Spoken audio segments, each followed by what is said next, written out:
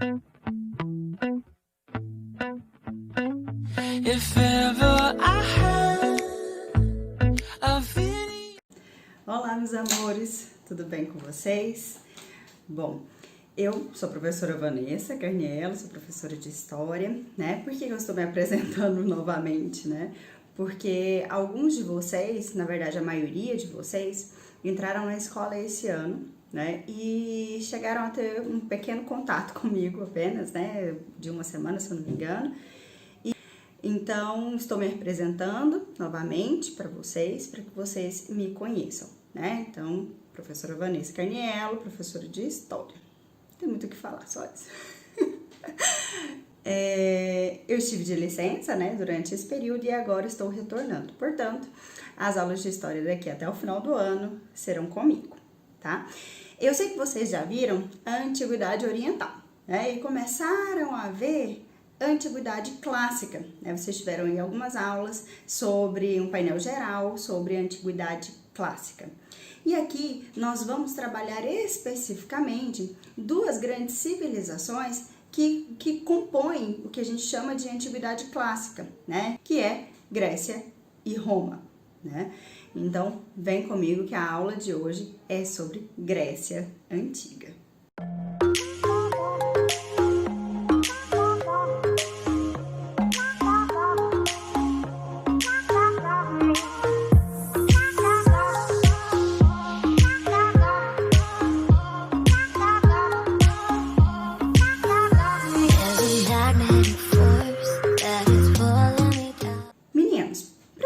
Sobre Grécia Antiga, o primeiro ponto é a gente saber onde fica a Grécia, né? Quando a gente está falando de Grécia Antiga, a gente está falando da Grécia atualmente? Será? Vamos descobrir ao longo da aula, tá bom? Então a gente vai ver primeiro, né, a localização geográfica, a periodização dessa história grega, né? Porque a gente divide em períodos para que a gente possa entender melhor essa civilização. Então aí é interessante que vocês entendam que toda essa divisão histórica ela é feita posteriormente ao período que passou, né? Eu sempre falo isso para os meus alunos, meninos. Quem está vivenciando aquele momento não dá nome aos bois, né? Ah, eu estou vivendo aqui na antiguidade. Ele não sabia o que viria depois, quanto tempo depois, que história vinha depois, então ele não nomeava aquele período, né? E as coisas, elas passam por um processo histórico para ser modificado, né? Por exemplo, os períodos históricos que até então a gente estudou, né? Quando a gente fala de periodização histórica, aquela clássica, né? Que a gente já conhece, pré-história, Idade Antiga, Idade Média, as coisas não vão passando do dia para o outro. Tudo faz parte de um processo histórico, né? Costumo brincar que as pessoas não dormem. Nossa, dormi agora lá na Idade Antiga. Acordei, estou na Idade Média. Não existe isso. É tudo um processo histórico, tá bom? Isso é importante vocês ficarem aí de forma bem clara na cabecinha de vocês. Então, eu dividi esse conteúdo em 3 aulas. Nós vamos ter a primeira parte falando sobre aspectos geográficos e formação desse povo grego. E depois, na próxima aula, nós falaremos sobre duas grandes polis, né? Duas grandes cidades-estados dessa civilização grega, que é Atenas e Esparta. E por último, nós vamos falar aí sobre as guerras, sobre os conflitos dessa civilização grega, tá bom? Vem pra cá comigo, eu preparei um material para que vocês consigam aí acompanhar esse raciocínio. Antes da gente começar a aula, só mais uma observação. Relatório, tá? Sempre façam relatório. A principal atividade de vocês é relatório. Eu acredito, né, e eu tenho isso muito claro na minha cabeça, que por mais que nós estejamos longe uns dos outros, né, que a gente não possa estar lá nos muros da escola para ter a nossa aula presencial, que obviamente tem um rendimento maior, tem um envolvimento maior, uma aprendizagem maior, mas aqui, como nós estamos numa realidade nova, a gente precisa aprender a lidar com ela. Então vamos tirar proveito disso. Qual que é a vantagem de vocês estarem tendo uma aula aí por videoaulas? É você ter a aula gravada. Você vai poder assistir essa aula a hora que você quiser depois, né? E outra vantagem, que eu considero uma vantagem imensa, você pode pausar a aula, pausa e faz a anotação, faz o relatório, tá?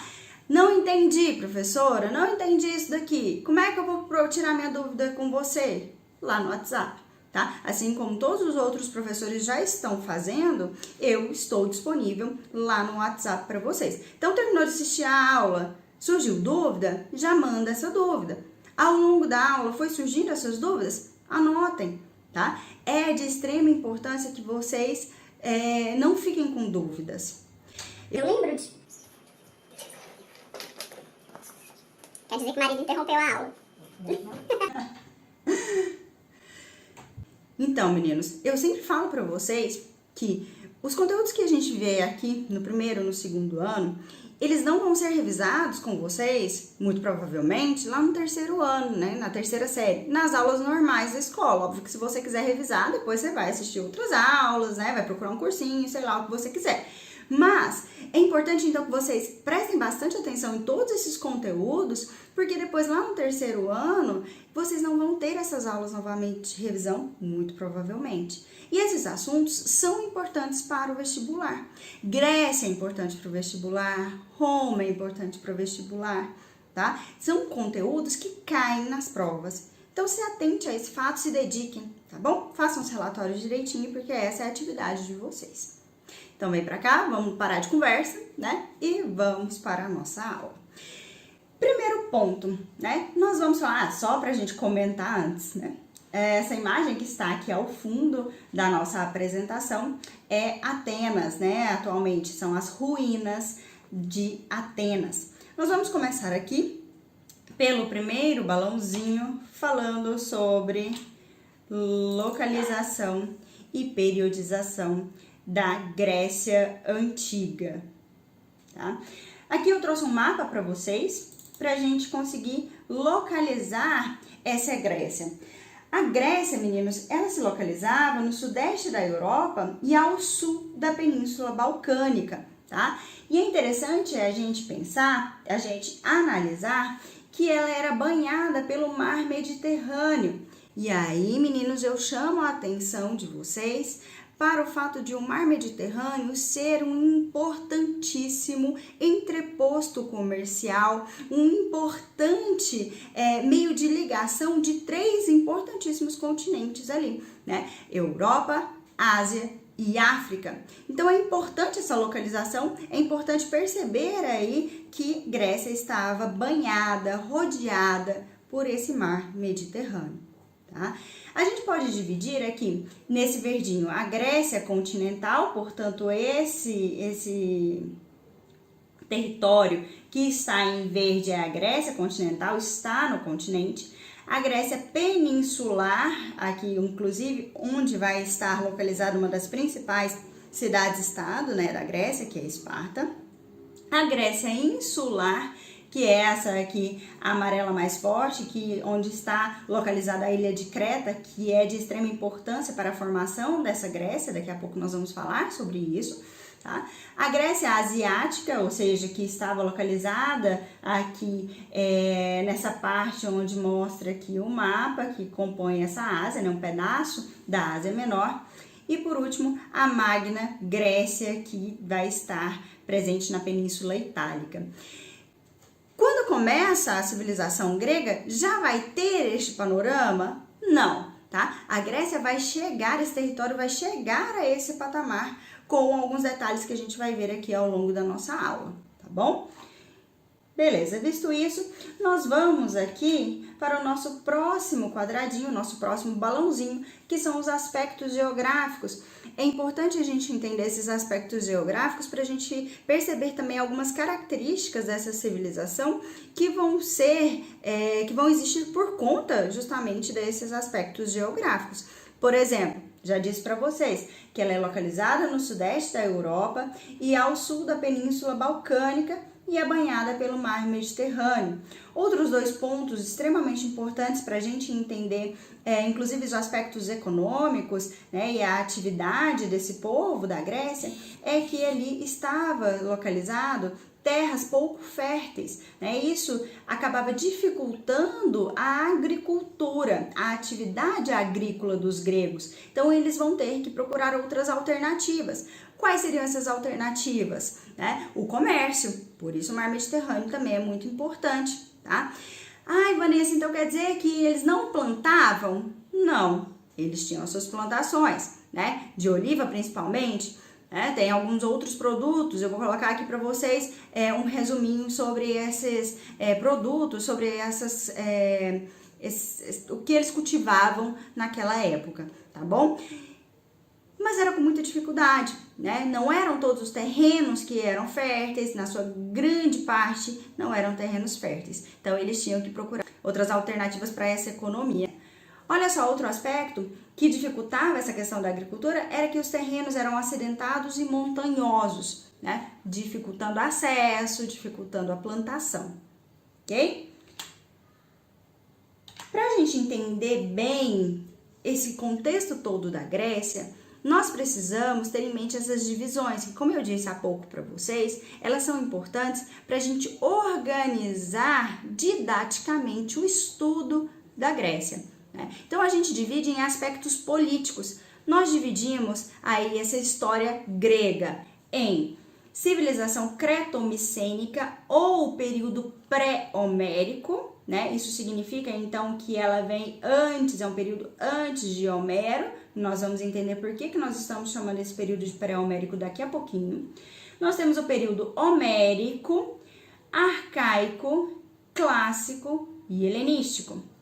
Eu aconselho vocês, meninos, a tirarem print dessa tela, desse quadro, né, que está aí na tela de vocês, porque ele é importante, é um importante resumo, né? Ali tem algumas principais características de cada um desses períodos, facilita na hora de estudar, tá? Então, tira print aí dessa tela para vocês terem registrado. Nós vamos falar especificamente de cada um destes períodos. Cara, melhor que eu vou fazer um parênteses aqui. A melhor coisa de ter aulas, né, videoaulas, é que eu não preciso ficar perguntando: Pode passar? Pode passar? E agora? E agora? E agora? apesar de eu sentir falta disso, né? Então, meus aluninhos que eram do nono ano passado, saudades disso. Volta pra cá, fecha parênteses, né? Nós vamos, então, começar aqui falando sobre o primeiro período, que é o período pré-homérico ou civilização cretomicênica. Vamos descobrir, então, como esse povo se formou, né? Como que esses gregos se formaram ali. Coloquei algumas características aqui para vocês no slide. Características: diversidade de culturas. Meninos, esses povos que vão chegando naquela região onde agora nós chamamos, onde nós estamos chamando de Grécia Antiga, são, na verdade, diversos povos, diversas culturas, tá? Não há uma homogeneidade, ou seja, o povo grego é heterogêneo. Ao longo da aula isso vai ficando mais claro, tá, para vocês, mas isso é importante. Então, a formação desses povos gregos parte do momento em que vários povos vão chegando aqui nesse território. Quais são esses povos? Os povos jônicos, eólicos, aqueus e dórios. Nós vamos entender alguns desses povos que vão chegando aqui, se instalando nesse território grego, tá bom? Todos eles se consideravam helenos, isso é o ponto de ligação entre todos esses povos que iam chegando aqui nessa região. Então percebam, na Grécia não existia essa noção, como eu disse para vocês, de serem todos homogêneos. As sociedades, esses povos tinham culturas diferentes, mas o elo de ligação, aquilo que fazia com que todos se identificassem, né, como pertencentes a um local, era que todos se consideravam então filhos de Heleno e, portanto, eles se chamavam de helenos, né, de povos helenos, que atualmente a gente associa então, né, aos povos gregos. Todos eles se consideravam gregos, todos eles se consideravam descendentes desse Heleno, tá? Inicialmente, meninos, nós precisamos, como que se dá o início, né, o start dessa formação dos povos gregos? Já existiam ali povos fixados na ilha de Creta. Olha aqui no mapa que eu coloquei para vocês. Então, nessa ilha de Creta aqui, já existiam alguns povos. À medida em que os povos aqueus foram chegando nessa ilha, eles foram identificando ali, mesclando a cultura com os povos já existentes nessa ilha de Creta. Então eles construíam palácios, né, já tinham todo um costume específico. Então já existia pessoas ali na ilha de Creta instaladas, né? Com a chegada dos povos aqueus, eles vão aí se mesclando e aí já começa o que a gente está chamando de diversidade cultural da Grécia. Eles vão construindo palácios. É nesse período que nós estamos chamando de civilização cretomicênica, tá? Que é essa formação desse povo. Nós já estamos nesse primeiro período. O período pré-homérico é justamente o momento em que essa civilização grega está se formando. Okay? E aí, meninos, é interessante nós percebermos que existe também uma mitologia por trás dessa formação desses povos gregos. Até agora, eu falei para vocês os aspectos históricos, né? Acredita-se que o início da formação da civilização grega se deu a partir da chegada dos povos aqueus na ilha de Creta. Foram se misturando, dando origem aí a essa formação dos povos gregos. Mas nós temos também, como vocês sabem, né, que essas civilizações antigas, né, principalmente da antiguidade clássica que nós estamos falando nesse momento, eram civilizações extremamente mitológicas. E com a Grécia, então, não seria diferente. Nós temos a mitologia, né, o mito de formação dos povos gregos. Vamos conhecer qual é? Vem comigo. A libertação grega e o Minotauro, né? Então, a criação do povo grego na mitologia tem a ver com a libertação do Minotauro. O Minotauro é um ser aí que é a mistura, né, de um ser humano com um touro. Vamos conhecer aqui um pouco sobre essa história. Olha só, os gregos possuíam uma lenda para explicar sua origem.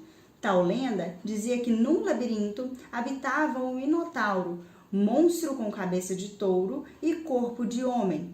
O Minotauro dominava a Grécia, obrigando seu povo a pagar pesados tributos, entre os quais a entrega de jovens gregas para servi-lo. Vamos entender aqui primeiro qual é a formação, de onde surgiu esse Minotauro. O surgimento desse Minotauro tem a ver, então, na mitologia, com o rei ali da ilha de Creta, que se chamava Minos. Ele faz um acordo com os deuses, né, porque ele queria mais poderes e tudo mais, ele faz um acordo com esses deuses. Ao fazer esse acordo com os deuses, o que os deuses pediram em troca foi aí o sacrifício de um touro branco, né? O problema é que o Minos vai se apaixonar por esse touro. Os deuses aí não vai sacrificar o touro. Os deuses, como forma de punição, fazem, olha que loucura, fazem com que a esposa de Minos tenha um filho com esse touro, dando origem ao Minotauro. Como forma de punição, Minos vai prender esse Minotauro, né, num labirinto. Daí surgiu a ideia, né, desse labirinto do Minotauro. E aqui, como nós acabamos de ler, então, esse Minotauro vai dominar essa região aí da Grécia. Vamos continuar a leitura para a gente entender melhor como que vai se dar a formação e a derrota, né, desse Minotauro e início dessa civilização grega. Olha só. O labirinto em que se escondia o Minotauro impedia que os gregos pudessem enfrentar o monstro para libertar a Grécia de seu terrível domínio. Um dia, porém, um jovem grego chamado Teseu é um semideus, decidiu enfrentar o monstro, auxiliado por Ariadne, uma das servas do Minotauro. Penetrou no labirinto, achou o monstro e destruiu, conquistando a liberdade para a Grécia. Isso significa, meninos, então, que a formação, o início dos povos gregos para essa mitologia se dá a partir do momento em que eles se livram deste Minotauro. E aí eles conhecem, né, a liberdade, a diversidade, conhecem outros povos, dando origem ao povo grego, tá? A lenda do Minotauro estabelece relações significativas com o domínio de Creta sobre o território grego. Ora, o Minos, ele era rei de Creta, né? Onde estava o labirinto do Minotauro era ali em Creta, né? Então dá para fazer uma relação com essa versão histórica em que os aqueus chegam ali na ilha de Creta e acabam se misturando, né? Criando essa diversidade e dando início a essa civilização grega, tá? O nome do monstro deriva-se dos nomes soberanos cretenses, Minos, como eu contei para vocês. Além disso, segundo recentes achados arqueológicos, existiu em Knossos é onde estava localizado o palácio em que o Minotauro ficava preso nesse labirinto, tá? Um palácio real formado de inúmeros compartimentos, assemelhando-se a um labirinto. Então, só para ficar claro, meninos, o Minotauro preso nesse labirinto significa, então, a prisão aí desse povo grego. Quando Teseu mata o Minotauro, eles se abrem para o mundo e aí dá início a essa formação dos povos gregos.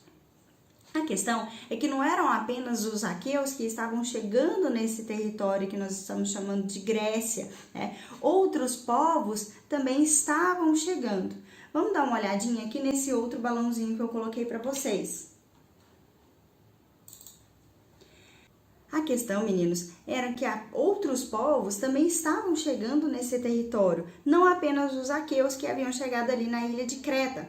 Outros povos, chamados dórios ou dóricos, também estavam chegando nessa região.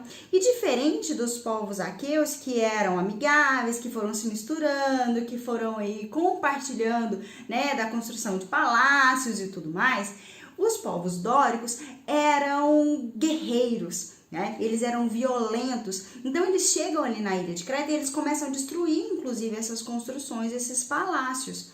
Isso vai ocasionar no que a gente chama de primeira diáspora grega. O que é diáspora? É a dispersão, né, de um povo pelo mundo, para outra localidade, né? Alguma coisa acontece para que esse povo fuja, né, daquela região. Então vem cá comigo para a gente entender essa primeira diáspora grega, né? Vamos ter duas diásporas gregas e aqui eu adianto para vocês que é muito importante vocês entenderem a diferença, né, e saberem identificar qual o motivo da primeira diáspora e qual o motivo da segunda diáspora. Então preste atenção nisso, tá? Anote aí no caderno de vocês. Primeira diáspora. A primeira diáspora grega foi um processo migratório ocorrido por volta do século XII a.C., devido à onda de invasões dóricas na Grécia Antiga, resultando na dispersão de povos gregos pelas bacias do Mediterrâneo e do Mar Negro. Esse evento marcou o fim da civilização micênica e o deslocamento de populações da Grécia continental, como os jônios e os eólios, para as ilhas do Mar Egeu e para o litoral da Ásia Menor, durante o período pré-homérico. Ou seja, para ficar claro aqui para vocês, com a chegada desses povos dórios ou dóricos, como eles eram extremamente violentos, eles vão acabar espantando as pessoas que já estavam ali nesse território grego, né? Principalmente ali na ilha de Creta. Para onde que essas pessoas vão? Elas vão lá para a Ásia Menor, dando origem aí a essa outra parte da Grécia localizada na Ásia Menor. Olha só aqui no mapa para ficar claro para vocês, né? À medida em que esses dórios que estavam aqui, que representam essa setinha verde, estavam chegando nesse território, perceba que eles chegam aqui inicialmente nesse território que a gente chama de Grécia Peninsular, depois ele chega nessa Grécia insular, né? E faz com que esse povo vá fugindo para essa região aqui da Ásia Menor, tá? Se espalhando por outros territórios. Ou seja, eles não deixam de ser reconhecidos, de se auto-reconhecerem como helenos, como os gregos. Isso faz com que esse território grego se expanda, né? Ou seja, cresça, com que eles conquistem outros territórios. Então, a primeira diáspora grega é esse momento em que os gregos que já estavam ali naqueles territórios, com medo desses dórios que estavam invadindo, vão aí se dispersar para outro local e dando origem a uma expansão dessa civilização grega, tá? Então, inicialmente, nessa primeira diáspora, eles vão aqui fugir para o território da Ásia Menor. Voltando aqui, né, para a gente entender, para a gente fazer um resumo desse período pré-homérico, então, ou civilização creto-micênica, para que vocês consigam entender, tá? Resuminho rápido.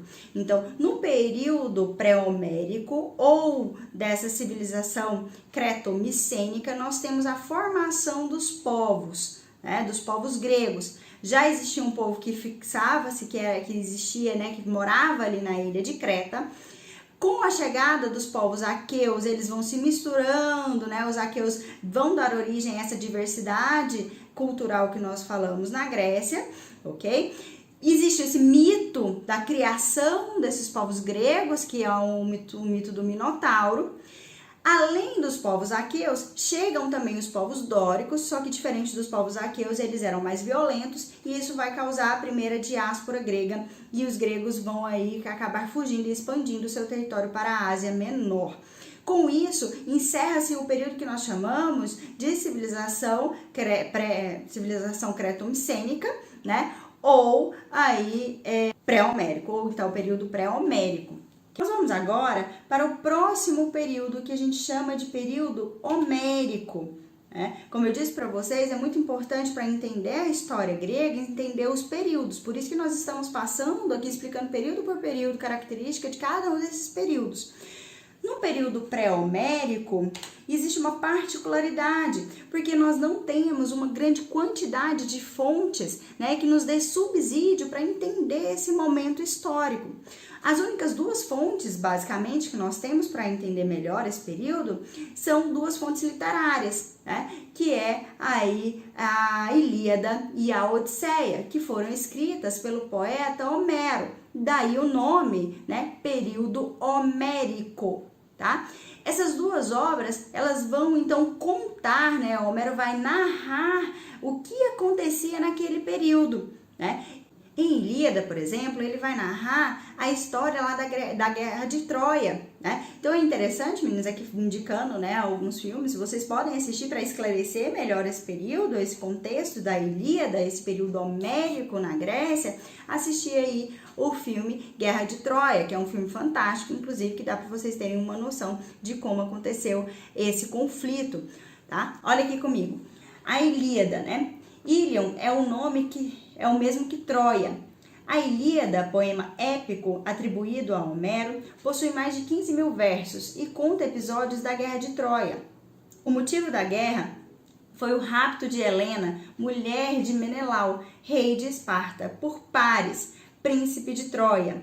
Para vingar o insulto, os gregos cercaram a cidade por 10 anos e acabaram por destruí-la. Né? E aí quem já assistiu o filme, né, um spoiler histórico, vai saber. Então os espartanos, eles conseguem vencer essa guerra se escondendo aí, uma estratégia de guerra muito conhecida, né, em que eles se escondem, constroem um grande cavalo, se escondem aí dentro desse cavalo e quando os troianos estavam dormindo, eles saíram desses cavalos, né, desse cavalo e acabou matando e ganhando a guerra. Odisseia já conta o retorno do herói Ulisses à sua terra. Olha só o que eu trouxe aqui para vocês. A Odisseia é o segundo livro que os gregos atribuíram ao poeta Homero. Tem cerca de 12 mil versos e seu nome vem de Odisseu, rei de Ítaca, também conhecido por Ulisses. A Odisseia conta as aventuras de Odisseu em seu retorno à terra natal, depois do fim da Guerra de Troia. Enquanto Odisseu esteve ausente por 20 anos, vários pretendentes assediaram sua linda mulher, Penélope, e ambicionaram tomar posse de sua casa e suas riquezas. Ao chegar, Odisseu vingou-se, matando. Então, meninos, nesse período homérico, essas são as duas grandes fontes, né, que nós temos para saber o que acontecia naquele período. Tá? Então, mais uma vez eu indico para vocês aí, né, a leitura ela é extremamente complexa desses dois livros, né, por conta do estilo literário, mas eu indico que vocês assistam pelo menos o filme Guerra de Troia, né, para vocês entenderem aí um pouco desse contexto, tá bom? Voltando aqui, nós precisamos entender como essa sociedade estava organizada, ou como ela vai se organizando e evoluindo neste período aqui.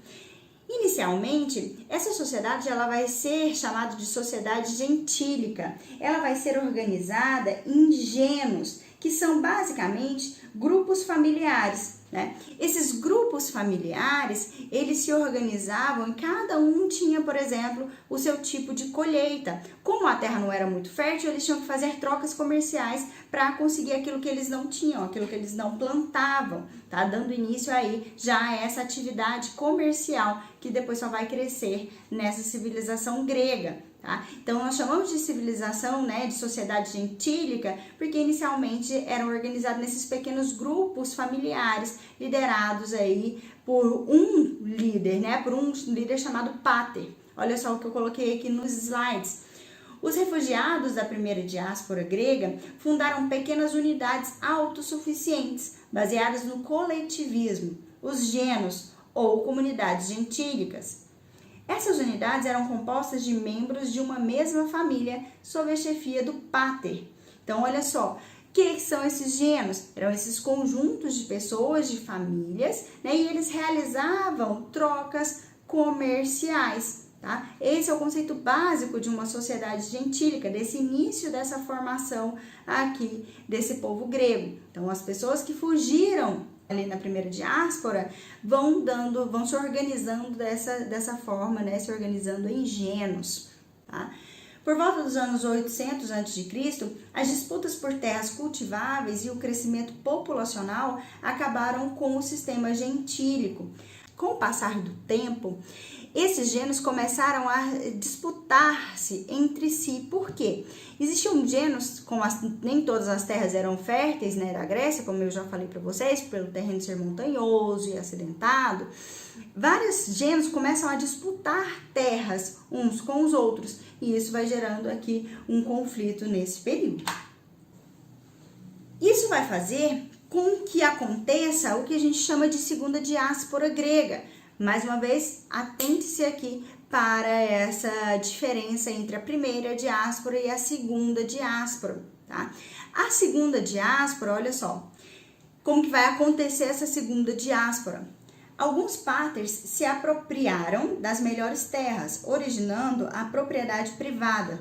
E muitas outras famílias se dispersaram para o sul da Itália e para as outras regiões, ocasionando a segunda diáspora grega. A desintegração dos genos provocou a formação das polis e a colonização da região correspondente ao sul da Itália e a ilha da Sicília, a área denominada Magna Grécia. Com as mudanças foram reforçadas as diferenças sociais. Beleza, vamos entender isso daqui, tá? Então, existiam essas formações de genos, né? Essas formações gentílicas, né? Essa sociedade gentílica. Como eu disse para vocês, nem todos tinham terras férteis. Isso vai gerar um conflito social. Uns genos que têm terras mais férteis, né? Vão criar aí as suas propriedades privadas, né? Isso aí já é um início, né? Eles inovam nesse aspecto, que até então eram terras comunitárias, né? Basicamente, né? Nesse momento, é o surgimento dessa propriedade privada. E isso vai gerar um conflito, como eu disse para vocês, porque nem todos tinham terras férteis, tá bom? Essas disputas vão gerar essa segunda diáspora, porque essas pessoas que tinham terras mais férteis, que tinham terras maiores, começam a dominar essas outras menores. Isso faz com que essas outras pessoas, né, que têm terras menores, que não tinham terras tão férteis, tenham que fugir para outro lugar. Eles vão fugir, eles vão se dispersar para a região ali, por exemplo, da Península Itálica, né? E que mais lá na frente vai contribuir, inclusive, para a formação de uma outra civilização muito importante que nós vamos estudar nas próximas aulas, que é Roma, né? Que é a civilização romana, tá? Então, a segunda diáspora, olha só o mapa aqui. A segunda diáspora, prestem bastante atenção, mais uma vez eu aconselho que vocês tirem print, esse é um importante mapa, né? A primeira diáspora, eles se dispersam aqui para a Ásia Menor. A segunda diáspora, eles se dispersam aqui para a região da Magna Grécia. e esse território aqui nós chamamos, né, de Península Itálica, né, esse território que se assemelha a uma botinha, tá? Então, a segunda diáspora faz com que esses povos que estavam aqui nessa região, por conta das disputas entre esses gêneros, por conta das terras férteis e dessa propriedade privada, sejam obrigados a fugir, né, a se dispersar para essa região da Magna Grécia. Entendido? Com essa segunda diáspora, então, a gente encerra o período que nós chamamos de período homérico, que, como eu disse para vocês, existem poucas fontes históricas, né, para a gente ter acesso, apenas os 2 livros, né, Ilíada e Odisseia. Com isso, meninos, nós encerramos a primeira parte dessa aula, né? A primeira parte da aula sobre civilização grega. Espero que vocês tenham entendido. Se vocês não entenderam alguma coisa, como eu disse lá no começo do vídeo, anote sua dúvida, mande para mim lá no WhatsApp pra gente conversar, para vocês não ficarem com dúvidas, tá bom? Espero que tenha ficado claro. Um beijo para vocês e até a próxima.